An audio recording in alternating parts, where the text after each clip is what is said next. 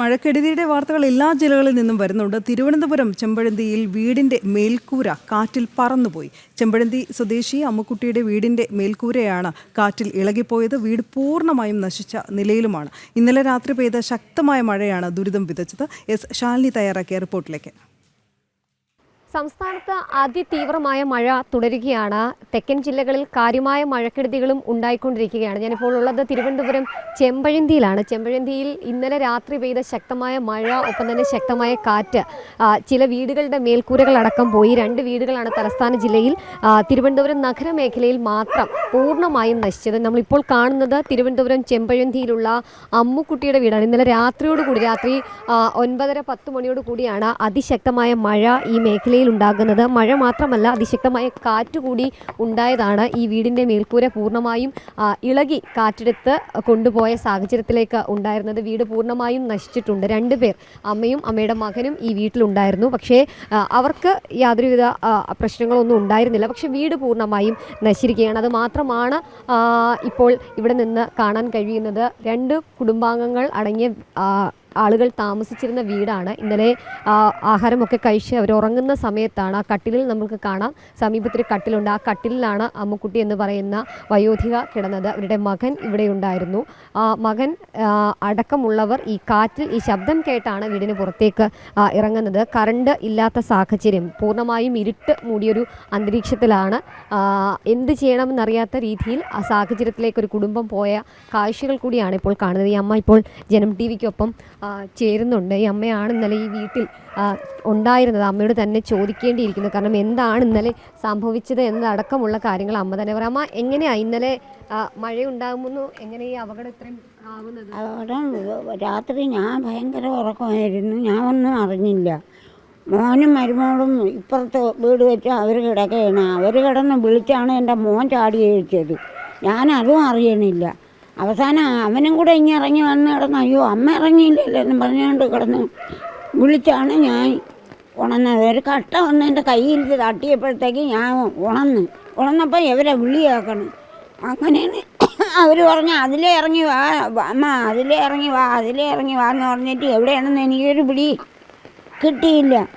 ഞാൻ അവിടെ തപ്പണം, കൂടെ തപ്പണം, ഇപ്പുറത്ത് പിടിക്കണം, അപ്പുറത്ത് പിടിക്കണം, എല്ലായിടവും പിന്നെ മട്ടമായി കിടക്കും പോലെ കിടക്കണം. ചാടി ഇറങ്ങാനും പാങ്ങില്ല. പിന്നെ എങ്ങനെ നീന്തി ഞാൻ ഇനി വെളിയിൽ ഇറങ്ങിയപ്പോഴത്തേക്കാണ് ഞാൻ സംഭവം കാണുന്നത്. അതുവരെ ഞാനിതൊന്നും അറിഞ്ഞില്ല, ഉറങ്ങിപ്പോയി. വീട് ഇങ്ങനെ ആകുന്നതിന് മുൻപ് സർക്കാരിനോടോ ആരോടെങ്കിലും എല്ലാവരുടെയും പറഞ്ഞതാണ്. എന്നിട്ടും അവരാരും വീണ്ടും കേട്ടില്ല. 3-4 പ്രാവശ്യം ജില്ലയിലും പഞ്ചായത്തൊക്കെ പോയതാണ്. അവരാരും വീണ്ടും കേട്ടിട്ടില്ല. 3 പ്രാവശ്യം പോയി. എന്നിട്ട് പോലും അവർ ഇന്ന് വരെ അനങ്ങിയിട്ടില്ല. അവർ ഈ അപകടം ഉണ്ടായതിന് ശേഷം ആരെങ്കിലും വന്നോ ഇങ്ങോട്ട്? ഇവിടെ ആരും വന്നില്ല, ഞാൻ കണ്ടില്ല. എൻ്റെ മോൻ വന്നാൽ എന്തോ അവൻ്റെ അടുത്ത് ചോദിച്ചാൽ അറിയാൻ പറ്റുള്ളൂ. പേടിയുണ്ടോ ഇനി ഇവിടെ? എനിക്ക് ഭയങ്കര പേടിയുണ്ട്. എവിടെ പോകും? നമ്മൾ ചോദിക്കുന്നൊരു ചോദ്യം അത് തന്നെയാണ്, എവിടെ പോകുമെന്നുള്ളതാണ്. കാരണം ശക്തമായ കാറ്റാണ്, മഴയാണ്, മഴക്കെടുതികൾ റിപ്പോർട്ട് ചെയ്യുകയാണ്. തലസ്ഥാനത്തടക്കം വരും മണിക്കൂറിലും മഴ തുടരുമെന്നുള്ളതാണ്. ഓറഞ്ച് അലേർട്ടാണ് നിലവിൽ ജില്ലയ്ക്കുള്ളത് എങ്കിൽ പോലും റെഡ് അലേർട്ടിന് സമാനമായ രീതിയിൽ മഴ തലസ്ഥാന ജില്ലയിൽ പെയ്തിറങ്ങുകയാണ്. അതിനിടയിലാണ് ഇത്തരത്തിലുള്ള അപകടങ്ങളും തുടർക്കഥയാകുന്നത്. എന്തായാലും 2 ജീവനുകൾ ഉറങ്ങിയ വീടാണ്. ഒരു പക്ഷേ ആൾനാശം ഉണ്ടായിട്ടില്ല, അല്ലെങ്കിൽ അവർക്കൊരു രീതിയിലുള്ള അകത്താണ് വീഴുന്നെങ്കിൽ 2 ഈ വെളിയിൽ നിൽക്കണവർ കാണുപോലും ഇല്ല.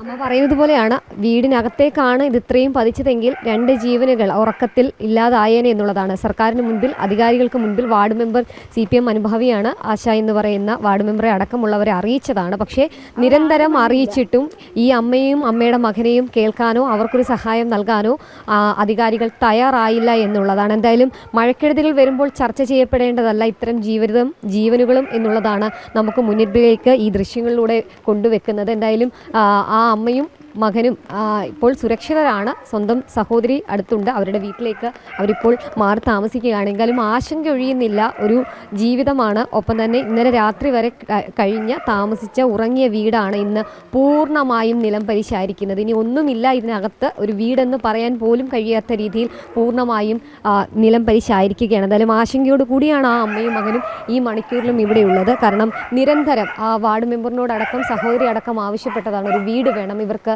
ഉറങ്ങാനായി. അപ്പോഴൊക്കെ അവർ പറഞ്ഞത് ഇനി 5 വർഷത്തേക്ക് ലൈഫിലടക്കമുള്ള ഭവന പദ്ധതിയിൽ വീടില്ല എന്നുള്ളൊരു കാര്യം പറഞ്ഞ് ഇവരെയൊക്കെ മടക്കി അയക്കുന്ന കാഴ്ചയാണ്. എന്തായാലും അധികാരികൾക്ക് മുൻപിലേക്ക് കാഴ്ചകൾ എത്തിക്കുകയാണ്. ഇനിയെങ്കിലും ഈ ഒരു സാധു ജീവനും അവരുടെ മകനും ഒരു വീടോ അല്ലെങ്കിൽ അവർക്ക് വേണ്ട സഹായമോ എത്തിക്കുമെന്നുള്ളത് എന്തായാലും തലസ്ഥാന ജില്ലയിലെ ആശങ്ക പെയ്ത്തും ഒപ്പം തന്നെ ആശങ്ക നിറഞ്ഞ മണിക്കൂറുകളും തുടരുകയാണ്.